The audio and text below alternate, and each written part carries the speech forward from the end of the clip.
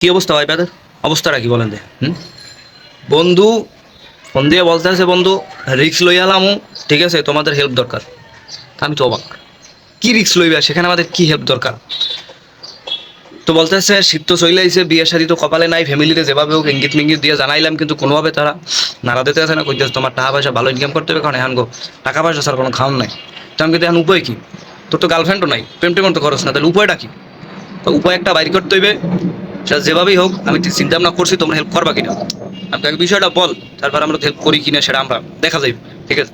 তো সে বলতে আছে, মনে করেন যে পাশে বাড়ি বা আমার পরিচিত যে আমার পছন্দের যে মেয়ে আছে তাদেরকে আমি একটা মাইয়ের বাউ করবো, ঘুরে তার সাথে যেভাবে হোক একটু গোপনীয়ভাবে দেখা করার চেষ্টা করবো, ঠিক আছে? তারপর তোমরা যারা আছো সবাই মিলে কর দেবা, কর দিয়ে তারপর আমার বিয়ে হইবে, আমি একটা ফেসবুকে একটা পোস্ট দেবো, ঠিক আছে? যে সেটা কি, ভালোবাসা সফল আমাদের, ঠিক আছে? এখন বর্তমান তো এডি ট্রেন্ডিং, এছাড়া কোনো আমি উপায় দেখতে পাইতেছি না, ঠিক আছে? আমার এরকম করতে হবে, তোমাদের এই হেল্পটা লাগবে। তোমার যত পরিচিত লোক আছে, বড় মুরব্বী টুরব্বি মিলিয়ে, ঠিক আছে, সবাই নিয়ে আমার একটা কর দেবা। এখন আমার একটা জিনিস বলেন, যে কি করা যায়, আপনি একটু বলেন ভাই, কি করা যায়? আমার ফোন দিয়ে এগুলো বলতে আসছে, তো কিছু করার নাই তো। শীত চলে আইছে, শীত আইলেই মনে করেন যে একটা উদ্যোগ শুরু হয়েছে আমাদের শরীরের ভিতরে, একটা উদ্যোগ, বুঝেন, জ্বালা।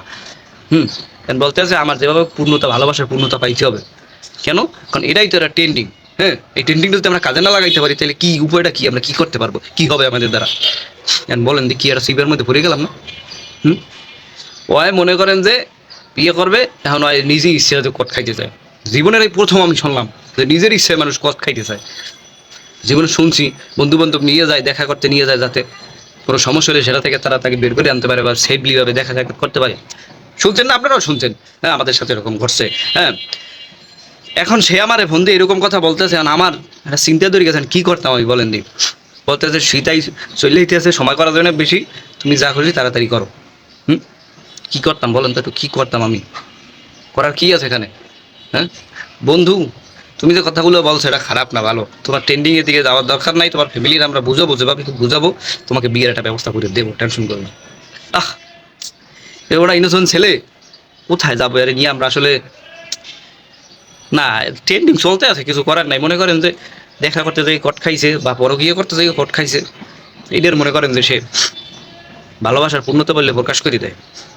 আমি একটা জিনিস চিন্তা করি, যে আমাদের মস্তিষ্ক কত দূর গেলে, কত দূর চললে গেলে আমরা এরকম চিন্তা ভাবনা করতে পারি, বোঝেন? বোঝেন আপনি কত দূর চলে গেলে এই অবস্থা হইতে পারে? এখন সে ফোন দিয়ে বলতে সে তার ভালোবাসার পূর্ণতা চায়, এরকম একটা পোস্ট তার ফেসবুকে সে দেবে, এটা তার একটা আবদার, সে এটা দরকার তার। তার ফেসবুকে এরকম একটা পোস্ট দরকার আছে, ঠিক আছে? এমনকি শীত চললেই এই জন্য মনে করেন এক ধরনের তার বিয়ে করার দরকার আছে। কি করতাম ভাই, কত কি করতাম কি, আমি তো টেনশনে শেষ হয়ে যেতেছি।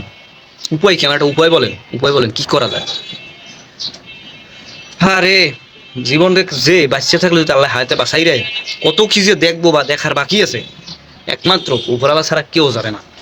তো যাই হোক, সবচেয়ে একটা কথা বলি ভাই, মজা করলাম, মজা করে বললাম, কারণ বর্তমানে ট্রেন্ডিং এইটাই চলতে আছে।